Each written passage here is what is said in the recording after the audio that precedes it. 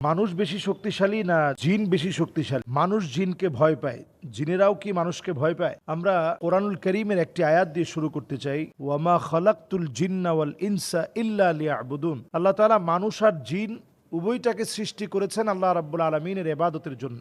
সবচেয়ে শক্তিশালী কে? জিনদের চাইতে মানুষ শক্তিশালী বেশি। আশরাফুল মাখলুকাত হিসেবে আল্লাহ তাআলা মানুষকে সর্বদিক থেকে শক্তিশালী বানিয়েছেন। জিনকে মানুষ খুব সহজে বশ করতে পারে। যদি আপনি সত্যিকারের ইমানদার মোমেন হন, জিন আপনার তেমন কোনো ক্ষতি করতে পারবে না, শুধু ভয় দেখানো ছাড়া। এরপরে যদি আপনি ভয়ও না পান, তাহলে জিন আপনার তেমন কিছুই করতে পারবে না। এক্ষেত্রে শক্তিশালী একটি হাতিয়ার হচ্ছে আয়াতুল কুরসি। যদি কোথাও আপনার প্রচন্ড ভয় হয়, রাস্তায় আপনি একা একা চলছেন, প্রচন্ড ভয় আপনাকে পেয়ে বসেছে, আপনি সেই মুহূর্তে পিছনের দিকে না ফিরে সামনের দিকে আপনি পথ চলবেন। কেউ যদি পিছন দিক থেকে ডাকতেছে এমন মনে হয় রাত্রিকালীন সময়, আপনার পিছনে ফেরা দরকার নেই, আপনি আয়াতুল কুরসি পড়ুন। আপনি দেখবেন তাদের শক্তি হঠাৎ করেই খুবই নগণ্য মনে হচ্ছে আপনার কাছে। আল্লাহর শক্তিটা সবচেয়ে বড় হিসেবে আপনাকে সাপোর্ট করবে। অনেক সময় তাহাজ্জুদের নামাজের জন্য আপনি দাঁড়িয়েছেন, দেখবেন প্রচন্ড ভয় কাজ করছে যে কে যেন আপনাকে দেখছে, কে যেন আপনাকে ডাকছে, আপনাকে ভয় দেখাচ্ছে।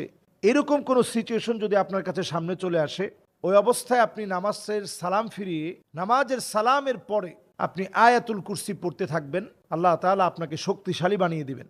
জিনদেরকে আমরা দেখি না, তারা আমাদেরকে দেখে। কখনো কখনো তারা বিভিন্ন আকৃতি ধারণ করে আমাদেরকে ভয় দেখানোর জন্য। কিন্তু আপনি যদি কোরআনুল করিমের তেলাওয়াত জানেন, আপনি দেখবেন যে ঘুমের ঘোরেও অনেক সময় আপনি স্বপ্ন দেখতেছেন যে জিন আপনাকে চেপে ধরছে, প্রচন্ড ভয় লাগতেছে।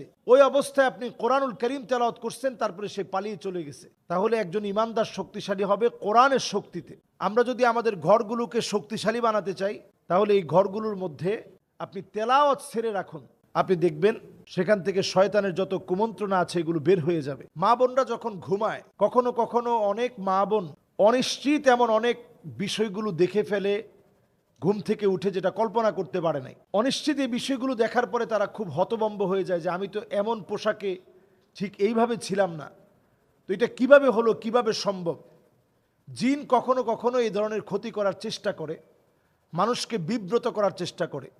জিনদের মধ্যে যারা দুষ্ট প্রকৃতির, তারা প্রতিনিয়ত মানুষকে নানাভাবে দুশ্চিন্তার মধ্যে ফেলে দিয়ে তারা মজা পায়।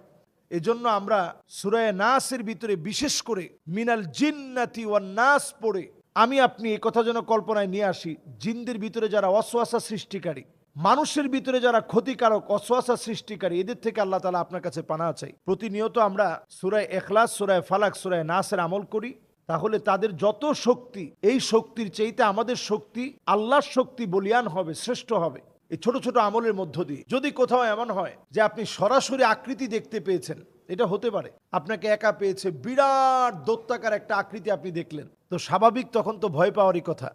আপনি একজন মানুষ একাকী নীরব রাস্তার ভিতরে আপনি দেখলেন যে বিরাট দৈত্যাকার একটা বিশাল কিছু দাঁড়িয়ে আছে, আপনি সুদূর সেখানে আয়াতুল কুরসি পড়ে ফু দেন, আপনি দেখবেন আল্লাহর শক্তি শ্রেষ্ঠ শক্তি হিসাবে আপনি তার সামনে শক্তিশালী হবেন, সে পরাস্ত হবে। তাহলে এখান থেকে মোট কথা দাঁড়ায় এই, জিনদের শক্তির চাইতে আল্লাহ তাআলা আমাদের শক্তিকে কোরআনের শক্তিতে রূপান্তরিত করলে আমাদের শক্তি শক্তিশালী হবে। আল্লাহ বোঝার তৌফিক দান করুক। আল্লাহু আ'লামু বিস-সাওয়াব।